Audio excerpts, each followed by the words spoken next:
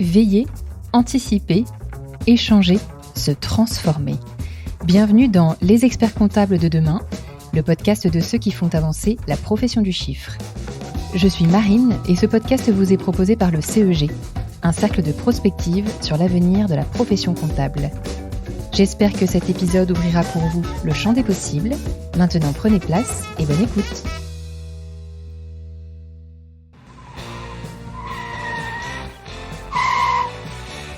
Un grand bonjour à tous les winners. Moi, c'est Robin, Claude Robin. Ça boum. Les gens me disent souvent, ça doit être top d'être à la tête d'une entreprise comme Amaris. Bah, un peu mon neveu. Mais attention, ici, c'est pas la bamboche. Pour devenir le number one de la compta 2.0, il a fallu en remplir des classeurs et des dossiers en carton. Tenez, monsieur Robin. Ah, merci Chantal. Jocelyne, monsieur Robin. Comme je dis souvent à mes équipes, pour être un as, il faut se décarcasser de 7h à 21h. Eh oui, ça rigole pas, je vous dis. D'ailleurs, c'est pour ça que chez Amaris, l'expérience collaborateur a toujours été notre priorité. Et t'as pensé à badger, toi? Je sais pas ce qui me retient de lui mettre un averto. Le courage, peut-être, monsieur Robin. Ah, peut-être Michel. Bienvenue dans ce nouvel épisode où on va parler de marque employeur et de recrutement et où on va aussi casser un peu les clichés de l'expertise comptable. Et pour ça, je suis ravie de recevoir aujourd'hui Claire Baruffi, qui est directrice de la communication et de la marque employeur et de la RSE chez Amaris. Bonjour Claire. Bonjour Marine. Je suis ravie de t'avoir dans cet épisode. Eh ben, écoute, merci à toi d'avoir pensé à moi. Écoute, c'était un peu une évidence, je t'avoue. Claire, on va bien évidemment parler de la communication d'Amaris, d'une vidéo qui a fait beaucoup parler d'elle ces derniers mois, qui a été très réussie, dont tu es à l'initiative. Mais je voulais que tu nous racontes un petit peu avant ça, toi, ton parcours, qu'est-ce qui a mené tes pas dans l'expertise comptable, ce qui, je crois, n'était pas une évidence. Non, effectivement, loin de là. En fait, écoute, moi j'ai un parcours, qui commence par la communication. En fait, j'ai travaillé 15 ans en communication et notamment en agence, donc des environnements assez, comment dire, prenants. Et puis, j'ai opéré un premier virage, en passant de Paris en arrivant à Nantes, où là j'ai basculé vraiment dans l'environnement digital, où je travaillais à peu près 6-7 ans en start-up. Et puis, j'ai, en 2018, opéré un autre virage qui, cette fois, m'a amenée du côté de Rennes, quand j'ai rencontré Florent Le Tourneur et puis François Goujon, qui étaient dirigeants d'Happy to Meet You. Eux, ils avaient une brique, si tu veux, c'était un cabinet de recrutement. Et puis, l'objectif, c'était de monter ensemble l'offre marque employeur, donc ce à quoi on s'est employé à faire pendant plusieurs années. Et puis, en 2022, j'ai quitté Happy to Meet You pour faire un bébé. Et puis en 2023, Amaris s'est posé sur mon chemin. Donc j'ai rejoint Amaris en avril 2023. Ok, super. Petit aparté, on avait fait un épisode avec Florent Le Tourneur que nos auditeurs ont pu écouter il y a quelques mois de ça. Je remettrai le lien aussi sur la marque employeur. C'était hyper intéressant et un super épisode. Oui. Et donc, quand tu as été... comment ça s'est passé? Donc, tu as travaillé quand tu étais chez Happy to Meet You pour plusieurs industries, dont l'expertise comptable. C'est un petit peu comme ça que s'est fait Oui, tout à fait. le premier bain dans le domaine. Exactement. En fait, chez Happy to Meet You, donc comme je te disais, ils avaient la brique RH, moi j'apportais la brique com. Et puis en fait, on a développé en fait ce nouveau service. Et moi, je me suis appuyée que sur mon bon sens parce qu'en fait, la marque employeur, c'était une notion qui était encore très nouvelle. On avait à nous des entreprises de toute typologie. Donc, ça allait effectivement du secteur informatique, des transporteurs. J'ai été dans des abattoirs, dans l'industrie textile. J'ai bossé pour des collectivités, pour des banques aussi beaucoup. Et puis, effectivement, mes premiers pas aussi dans la comptabilité, puisque j'avais à l'époque accompagné l'ordre des experts comptables, pardon, et puis également des 2-3 entreprises du secteur. Et Ok. effectivement, donc c'était du bon sens et puis c'est vrai que la marque employeur, ça vient aussi, c'est, comment dire? La marque employeur, c'est tout ce qui sert finalement, à attirer et à fidéliser, des collaborateurs et puis finalement la marque employeur, on en est tous, si tu veux, le témoin. C'est-à-dire qu'en fait, moi, au travers de, mon expérience maintenant d'une vingtaine d'années, en entreprise, on a tous vécu des expériences un peu, comment dire? Des onboarding un peu nuls, des Ouais, premiers jours où en fait, tu te retrouves à déjeuner tout seul, tu vois? Des expériences un peu malaisantes, on va dire ouais, ouais. et en fait, c'est aussi en partie ce sur quoi je me suis appuyée pour bâtir un accompagnement pour les entreprises, Mmh. qui n'arrivaient plus à recruter, sur la OK. base d'une simple, annonce. Ouais, OK. Donc ton expérience personnelle a aussi permis de bâtir cette offre. C'était quoi l'image que tu avais de la filière d'expertise comptable avant de travailler dedans? Je s alors, oui, je pense que alors en me remettant dans mes baskets de l'époque, je pense que pour moi, l'environnement comptable, c'était, bah, très sérieux en fait, j'imaginais ça alors si on parle en plus d'expertise comptable, plutôt environnement masculin, et puis des personnes, qui étaient pas forcément dans la relation client, plus dans le chiffre, tu vois? Des profils un peu solitaires. En tout cas, c'est ce que j'imaginais et ma première expérience avec l'ordre m'a montré que je m'étais complètement, Mmh. comment dire? Trompée et que c'était au contraire un métier, vraiment, bah, axé sur l'humain et sur la relation client. Donc en fait, j'ai moi-même déjà, tu vois, pu voir que le cliché, que j'avais en tête était pas fidèle à la réalité. Mmh. Et tu m'as dit aussi quelque chose qui m'a marqué quand on a un peu préparé cette discussion, c'était que tu as trouvé que c'était un environnement de travail qui était sain. Je voulais savoir ce que tu avais, en tête derrière ça?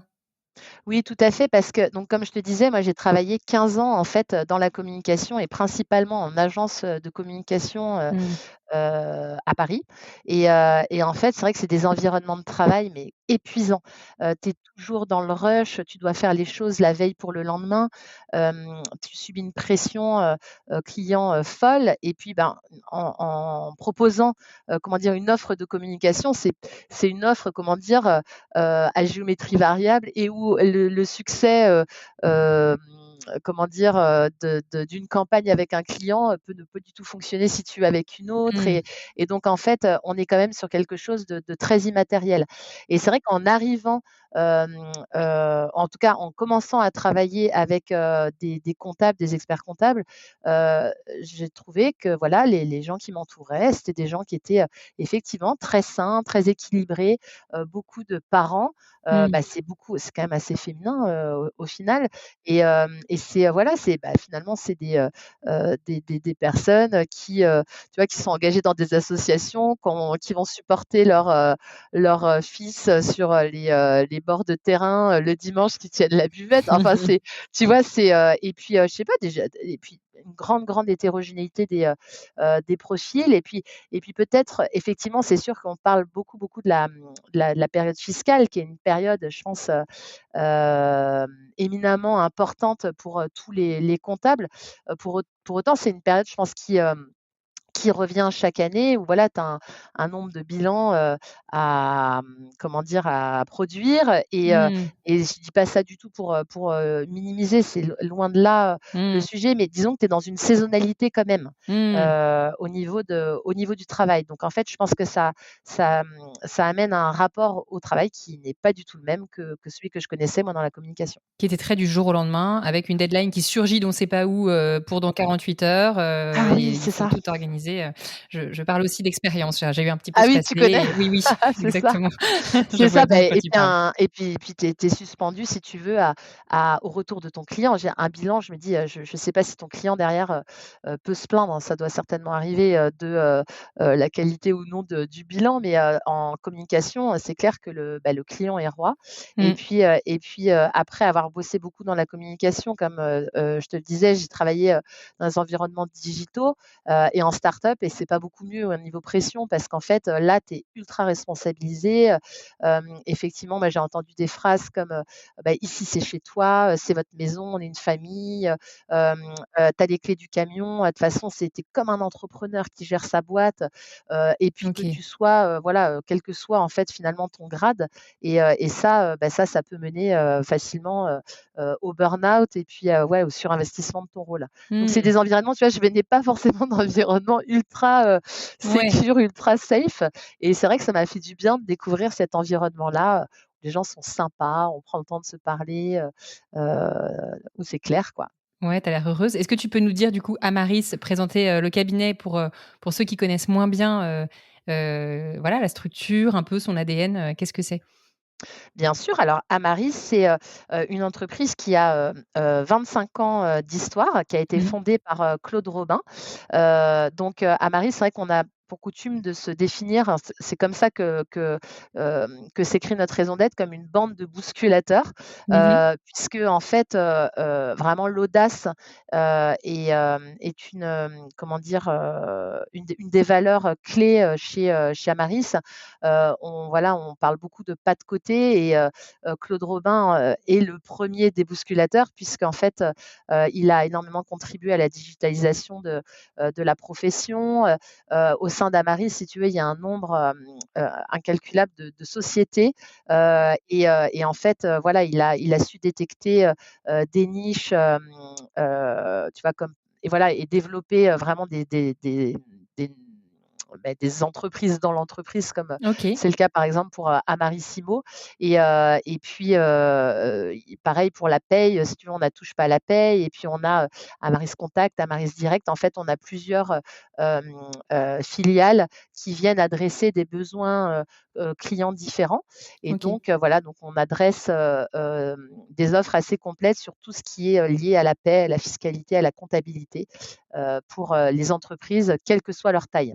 Donc 550 collaborateurs, je crois? 500 exactement, 550 collaborateurs, 25 métiers différents. C'est vrai que, Amaris, c'est pas un cabinet d'expertise comptable où tu as un expert comptable et puis derrière des comptables. C'est, voilà, ça présente beaucoup de similitudes finalement avec, Mmh.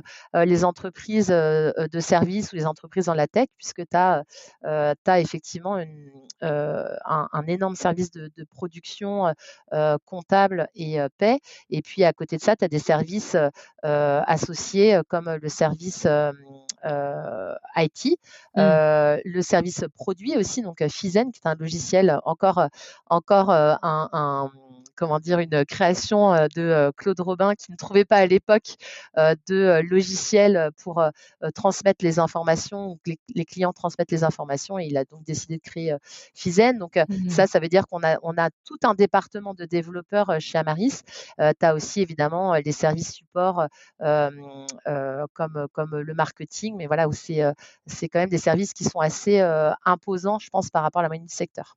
OK. Et alors moi, il y a un truc qui m'a interpellée quand, tu m'as fait part de ton rapport d'étonnement quand tu es arrivée chez Amaris, c'est que tu m'as dit qu'en gros, tu as découvert une boîte, voilà, hyper, tu m'as dit solaire avec des gens très sympas, très sains et cetera, mais qu'en revanche, Tout ça se à voyait pas fait. de l'extérieur. C'est ça? Non, oui, en fait, bon, moi j'ai été chassée, par Amaris. Donc si tu veux, mon parcours candidat, je l'ai fait à l'envers. Ça veut dire que j'ai vu, comment dire? L'annonce qu'on me proposait, et puis je me suis renseignée, activement sur l'entreprise et c'est vrai qu'il a fallu à l'époque que je fasse plusieurs petits bonds, dans mon parcours candidat, pour trouver les informations qui, moi, en tout cas, venaient nourrir, si tu veux, les choses dont j'ai besoin. Mmh. Donc, j'avais besoin à l'époque, en tout cas, de comprendre si, il y avait, comment dire? Un potentiel. C'est un peu, pompeux de dire ça comme ça. En plus, c'est pas du tout ce que je veux dire, je crois, mais j'avais besoin, si tu veux, de comprendre, s'il y a de la matière. Voilà, s'il y a de la Mmh. matière et puis si c'était fun et je me souviens au travers d'un parcours, candidat qui à ce moment-là était compliqué. J'étais tombée sur une vidéo, d'un meeting, donc d'un des grands rassemblements que fait, Amaris chaque année, où je voyais tout le monde danser, chanter. C'était le truc qui m'avait embarquée. Je dis: «OK, je vais rejoindre cette boîte» OK. et oui, oui, et puis après si tu veux, quand j'ai fait, mon parcours, candidat, mais cette fois que j'ai rencontré les différentes personnes, chez Amaris, ça n'a fait que confirmer, l'intuition, 1re, c'est-à-dire que c'était une boîte qui avait l'air géniale à tout point de vue, mais effectivement ça se voyait pas. C'est-à-dire l'extérieur était très expertise comptable, donc très corporate, très, tu vois, dans les codes du secteur, la bleu marine, très, très sérieux. Et la dimension, je dirais, humaine, d'Amaris ne ressortait pas, à ce moment-là. OK.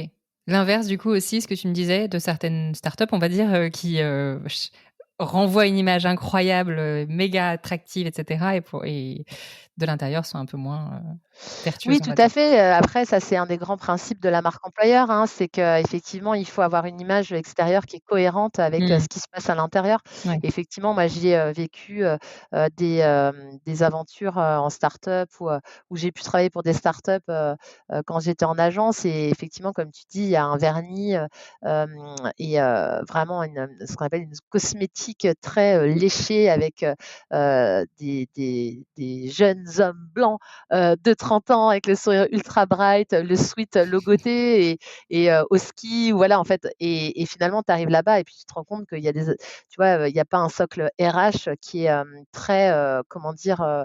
Qui est pas universel quoi, qui est pas Ouais. pour tout le monde dans l'entreprise et effectivement, à Maris, on n'était pas du tout là-dessus. Donc l'ambition, c'est pas de devenir, non plus, cette, entreprise, et puis, mais c'était effectivement de quand même ouvrir une fenêtre parce que quand tu vois que tu as 70 000 offres, pour, des postes de comptables en France, si à un moment, dès l'annonce, c'est déjà tellement un miracle de la vie qu'un comptable arrive, si tu veux, sur ton annonce, Mmh. si tu, mets pas une petite photo, une petite vidéo pour montrer, et ouvrir une porte en fait, sur ton entreprise, tu perds quand même, tu perds tes chances en Ouais, fait c'est vis-à-vis sûr, du candidat. c'est sûr. Alors comment tu nous as dit que tu étais arrivée en avril 2023, si je ne me trompe pas. Tout à fait. Comment tu es rentrée dans cette fonction? Ça a été quoi tes premières actions? Comment on commence à prendre ce type de poste? Qu'est-ce qu'on fait? Alors écoute, il faut déjà que je te raconte mon premier jour, chez Amaris. Ça, c'était très drôle parce que donc j'ai fait le tour, des bureaux avec, Cédric Gabory, le, directeur général d'Amaris et il me dit: «Bah, voilà, déjà on a un premier sujet, c'est où on va te mettre» et parce que s'il était clair, si tu veux, que d'un point de vue, hiérarchique, il fallait que je dépende ni des RH ni, de la com, du market, et que la bonne idée, c'était de rattacher, mon poste à la direction, générale, histoire d'avoir, comment dire? Aucun parti pris. Il fallait quand même me mettre quelque part. Donc on a été voir les RH, OK, la com, le market, OK, le bureau tout seul, OK. En plus, le bureau tout seul, rêve, tu sais, rêve de toute Oui, personne qui n'a connu que l'open space qui n'a et je jamais eu un bureau seul. non, jamais eu ça et donc je disais: «Ah ça a l'air quand même, pas mal». Puis en même temps, je disais: «Cette tentation n'est pas la bonne, c'est pas la bonne piste» parce qu'en fait, en fait, voilà, il faut quand même, être au contact, des autres. Le market, la com, je connaissais bien. Les RH, c'était peut-être, le service, où il fallait absolument, il fallait qu'on apprenne à se connaître, il Mmh. fallait, et donc j'ai choisi de m'installer auprès des RH et je suis restée, 6 mois dans le bureau, et c'est vrai que je pense la proximité avec l'équipe, avec la super équipe RH d'Amaris, Ouais. portée, vraiment par Karine Grosbois, la DRH, c'était vraiment une bonne idée parce qu'en fait, ça m'a permis de m'immerger vraiment dans l'environnement, de comprendre, quelles étaient, leurs difficultés au quotidien, de voir aussi, comment elles occupaient leur temps. Donc en sachant que, tu vois, il y a une centaine de postes à pourvoir en moyenne chaque année, tu vois vite comment elles C'est occupent leur énorme. temps. Mmh. Et donc de voir, que pour autant il y avait il y a quand même beaucoup de points de contact candidats où je pouvais peut-être, leur venir en aide. Donc ça c'était déjà, l'idée de travailler au plus près finalement, de ce service avec lequel on a beaucoup, beaucoup, travaillé dans un premier temps et après on a défini ensemble et puis donc c'était un travail conjoint avec, voilà, les RH, le market, et puis, la direction. L'idée c'était de se dire que, il fallait interroger en tout premier lieu, en fait, le collaborateur pour savoir, quel était, le ressenti des collaborateurs. Si tu demandes à un RH si tu demandes un petit peu comment ça se passe dans sa boîte, il va pas avoir la même réponse que si tu poses la question au DG, au président ou au market. Et donc, en fait, il fallait qu'on ait des résultats purs, des résultats neutres qui venaient directement des collaborateurs. Donc, on les a questionnés sur la façon dont ils avaient été onboardés, ce qu'ils pensaient des événements qui étaient menés en interne, les engagements qu'on avait en termes de RSE, notre engagement dans la voile, savoir quel était le ressenti, savoir s'ils étaient, tu vois, si leur accès à la formation, Mmh. enfin voilà, absolument brosser l'ensemble de l'expérience collaborateur. Et puis sur la base de cette enquête-là, on a pu voir finalement quelles étaient les forces, quels étaient peut-être les points d'amélioration, là où il y avait aussi plus d'attentes. Et ça a finalement bâti, je vais pas te dire quasiment automatiquement un plan d'action, mais on s'est vraiment basé sur les retours des collaborateurs pour avancer derrière sur une stratégie. OK, hyper intéressant. Et donc je disais au tout début de notre discussion, vous avez lancé une fameuse, vidéo marque employeur «Rejoignez Amaris», qui a eu un énorme succès. Donc on y voit, Claude Robin au tout début qui incarne Monsieur Gilbert, un expert comptable bien ringard à l'ancienne. C'est une vidéo qui a été inspirée de la série, parodique, Messages à caractère informatif, qui a été, diffusée sur Canal+. Je crois que tu étais personnellement très fan de ce format, et qui détournait les films des entreprises des années 80. Je crois que vous avez eu 120 000 vues en cumulé, sur cette vidéo. 160 000. 160 000, donc le chiffre augmente en permanence depuis qu'on a discuté ensemble la dernière fois. Pour un budget qui est, vraiment pas du tout élevé, tu me le disais. Comment s'est née cette campagne, et quel message vous avez voulu faire passer? Bon, alors l'idée, en fait, c'était d'avoir, vraiment marque employeur. C'est vrai qu'on est pas revenu là-dessus. Marque employeur, tu sais, c'est moitié, com et Mmh. moitié RH. Donc c'est-à-dire dans une première partie, je dirais, enfin, en tout cas, l'action a démarré, d'abord par, la refonte du parcours candidat. J'insiste quand même là-dessus parce Mmh. que en fait, c'est pas que la com, si tu veux. Il faut derrière aussi que quand ton candidat, comme on disait, il arrive sur ton annonce, après il a un parcours très simple, pas trop de clics Mmh. à faire pour pouvoir candidater. Donc on a beaucoup travaillé avec ça, là-dessus avec, l'équipe RH. Et effectivement après est venue l'idée tout de suite, donc on peut pas dire qu'il y avait pas de vernis. Il y a toujours un vernis. Tu as toujours en fait, une marque employeur, ton entreprise, dégage forcément toujours une image, plutôt qu'une autre. Là, l'idée, c'est de se dire: «Tiens, on n'a aucune vidéo qui présente Amaris». Mmh. Et c'était l'idée de pouvoir, faire une vidéo, si possible, pas comme les autres, puisqu'on est, bousculateur et qu'à un moment, il faut qu'on soit, aligné, sur cette raison d'être. Et donc une vidéo marque employeur qui s'appuierait énormément sur les collaborateurs, mais dont l'entame, en fait, servirait vraiment à retenir l'attention. Et puis donc on a travaillé sur, 2 pistes. Donc tu avais une piste qui était, hyper sage. Et puis, la piste hyper sage, on était quand même sur les clichés. On était toujours sur les clichés. Et la deuxième piste, c'était une piste un peu plus, là vraiment, comme tu l'as dit quoi, message à caractère informatif, un peu les fans de Cogip, comprendront en fait, avoir vraiment une pub complètement old school avec l'incarnation finalement. Finalement, si tout le monde pense que le comptable, c'est ce gratte-papier, qui sort, pas de son bureau et puis, qui a des idées arrêtées sur plein de choses, on va leur donner en fait cette matière-là. Et de commencer par ça. Et puis donc quand on a présenté le projet à Claude et Cédric, finalement, ils sont allés sur la piste un peu plus fofolle. Et Claude a effectivement, moi en tout cas, m'a surpris en disant, «Je veux incarner, ce patron». Donc voilà, c'est parti comme ça. Donc on le voit, faudra que les personnes qui n'ont pas vu la vidéo, mais je la mettrai en lien descriptif de l'épisode, aillent voir. Mais on voit Claude Robin sortant de sa voiture, je sais pas ce que c'est, Une CX une leader. CX, c'est ça, donc une vieille Citroën, tout le monde a ce modèle en tête, qui sort de sa voiture avec un costume, au look, douteux, une secrétaire à qui il donne son attaché case, sans aucune, forme de remerciement. Et voilà. Et en gros un patron en mode hyper autoritaire, qui voilà, a une C'est ça. vision du management qui a l'air assez à l'ancienne. Et c'est très drôle. Et après très vite on Voilà. bascule sur vos valeurs actuelles, hein. C'est pas 100% caricature, c'est, tout ce que vous êtes d'autres et ça Oui, donne oui, envie de après l'objet, c'était pas, que de faire rire, hein. C'est vrai que cette première partie, en fait, c'était donc effectivement donner, du grain à moudre. C'était, à la fois faire rire, ceux qui font ce métier et qui mmh, sont aussi, sujets à ces, clichés et puis attirer aussi ceux qui ne sont pas issus, de ce métier-là pour se dire: «Ah bah oui, en fait, moi je suis développeur, mais je me verrais tout à fait travailler, chez Amaris». Et puis effectivement, deuxième partie, bah, c'était de sortir de tout ça pour en fait, d'ailleurs avoir tu sais, il y a une première partie, une deuxième partie dans la vidéo qui contrastent, l'une et l'autre, énormément. Au début, comme tu l'as dit, on voit Claude, Robin, on imagine vraiment, on l'entend même, parler d'expérience collaborateur, puis finalement il dit: «Ah bah, je vais lui mettre un averto, celle-là».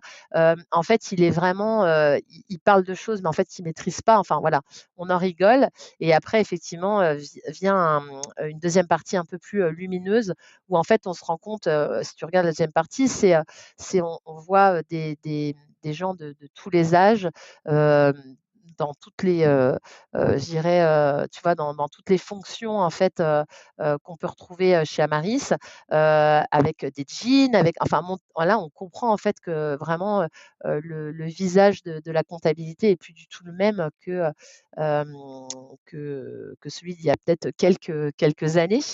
Donc voilà, et donc ouais, ça a bien fonctionné avec un investissement, vraiment, mineur, au départ. On a quand même eu ce qu'on appelle en jargon, de com, tu vois? Un coût d'acquisition, très faible, et on combien? a Si tu me donnes une idée du budget, alors le budget, en fait, la vidéo, elle a coûté 9 800 €.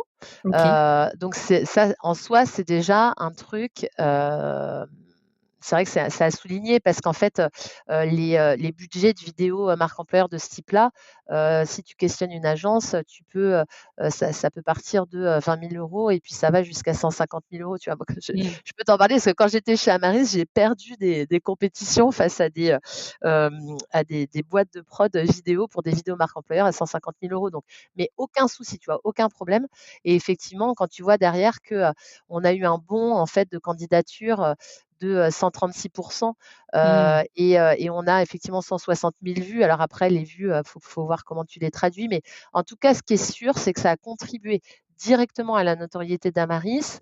Ça a contribué pardon si tu veux, à faire valoir cette différence et puis ça a contribué, bah, objectif de départ en fait à massifier le taux de candidature donc c'était OK. OK. Grosse prise de risque quand même au niveau de la part de Claude Robin, monsieur Gilbert, dans sa face B. Et c'est ce que tu me disais, effectivement, je suis allée voir sur son profil LinkedIn. En face A, il est entrepreneur, président fondateur d'Amaris, le bousculateur de l'expertise comptable. Face B, monsieur Gilbert. Il y a une deuxième vidéo qui est parue sur votre raison d'être et je crois que vous allez lancer une petite série, c'est ça? C'est ce que vous Oui, avez tout en à tête? fait. Alors en fait, effectivement, je pense que, Claude, c'est vrai que quand je regarde, je suis d'accord avec toi. Quand je regarde la vidéo aujourd'hui, je me dis: «Mais il fallait prendre ce risque-là, en fait, quand tu es entrepreneur, dans la profession comptable en plus». Je veux dire, il fallait quand même y aller et donc ben, voilà, il y est allé à fond et je pense que ça lui a plu. Je pense on peut parler d'une boîte de Pandore qu'on a qu'on a ouvert Vous et attendiez pas un tel talent d'acteur. non, voilà, c'est Non, il ça. est doublé, Et hein, il est doublé. Il faut préciser quand même qu'à la message à caractère informatif, on n'entend pas sa voix. Il y a un playback absolument pourri dessus, bien dans le style de ces vidéos-là, c'est et qui rend cela. le truc encore plus drôle. Voilà, C'est on fabuleux. remercie, Quentin, directeur marketing qui a joué justement la Le voix, de le playback pourri comme tu dis et oui, oui, c'était l'idée de reprendre les codes des séries des années, 80-90, là, Dallas, Santa Barbara et compagnie et oui, je pense qu'il s'est vraiment pris au jeu, donc on a fait depuis une autre vidéo, sur, notre raison d'être, mmh mh. parce que bon, l'idée, voilà, c'était on a travaillé sur la raison d'être, on est engagé, tu sais, vraiment, très fortement sur les terrains de la RSE. On réfléchit énormément au principe d'entreprise à mission. Donc la raison d'être est une étape fondamentale. Et c'est vrai qu'on n'avait pas envie de la balancer comme ça sur notre site ou sur les réseaux sociaux. On avait envie de la valoriser, de l'incarner. Donc on a fait appel de nouveau à Gilbert, puisque Claude Robin, Claude s'appelait Claude dans la première, il devient Monsieur Gilbert dans la deuxième. Donc maintenant c'est Monsieur Gilbert. Monsieur Et Gilbert. puis effectivement on commence à réfléchir à une suite. Donc il va y avoir vraiment énormément de surprises et pas que en vidéo sur fin 2024, début 2025. Donc affaire à suivre. Ok. Pour Monsieur Gilbert. Excellent. Bon, en tout cas, un grand merci pour notre discussion, Claire, pour vraiment ton retour d'expérience sur cette initiative que vous avez eue, toute votre stratégie marque employeur. On sera ravis de voir les prochaines étapes alors de la com marque employeur d'Amaris. Eh ben, avec plaisir, je te tiens au courant. À bientôt, Claire. Merci Marine, à bientôt. Salut. Merci pour votre écoute. Si cet épisode vous a plu, n'hésitez pas à le partager autour de vous. Pensez à vous abonner sur les plateformes d'écoute pour découvrir de nouveaux contenus exclusifs. Et pour en savoir plus sur le CEG, rendez-vous sur expertengestion.fr. Le lien est dans la description. À bientôt!